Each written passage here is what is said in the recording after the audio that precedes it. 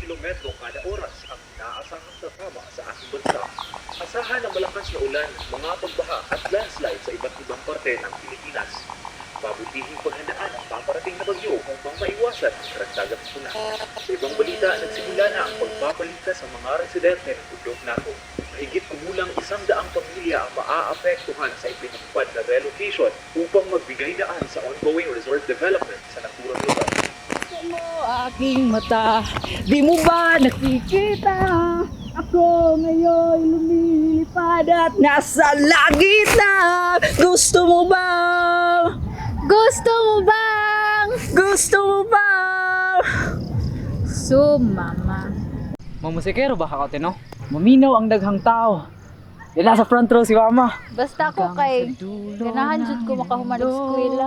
Ganahan ko ma-flight attendant ug tuluko na ko ang tibuok kalibutan nya wa kay uban. Ngi, kung mag-concert ko, ikaw wala uban. Ngi, bati man kay kag tingog. Wala maala si ate, batik kong tingog. Bati man jud kag tingog mo.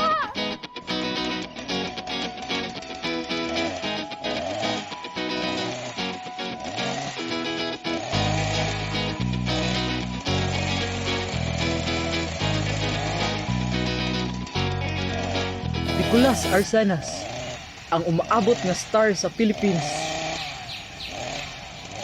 Irignaog nato, te. Butugtog dun ko, te. Irignaog nato, te. Pwede na kamuswela og sugod. Tika, ana. Adelaida Arsanas.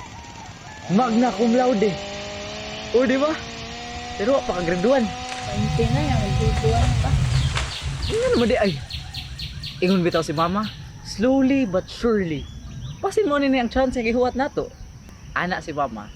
Mapangitaan na nagpaagitanan. Ana si mama. Wa naman si mama doon.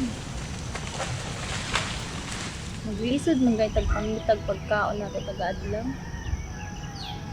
Mangandoy kay nga nakataas. Mapasabot nimo ti. Sukad na wala si Mama, nagbago na ka. Sukad na wala si mama, wag na ito ganun.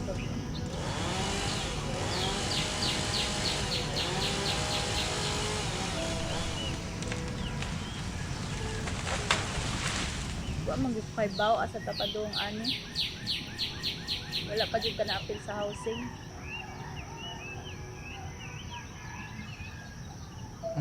Ang kwarta day nga gihatag ang katong subsidy. Pwede man ta magamit Wala nato. nakaabot kag high school. Paminaw nimo igor atong pag-uling-uling nato.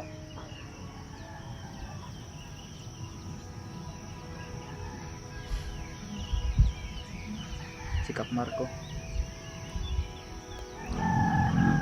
Miningin na siya gahapon.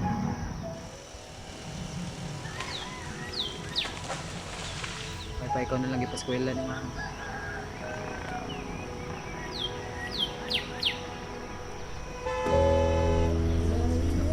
Kulang 150 kilometro kada oras ang inaasahang tatama sa ating bansa. Asahan ang malakas na ulan, mga pagbaha at landslide sa iba't ibang parte ng Pilipinas. Mabutihing paghandaan ang paparating na bagyo upang maiwasan ang karagdagang tsunamis. Sa ibang balita, nagsimula na ang pagpapaligtas sa mga residente ng bundok nato.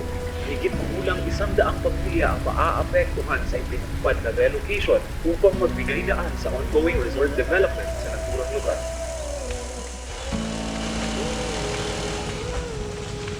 Nasa nakataan pa doon.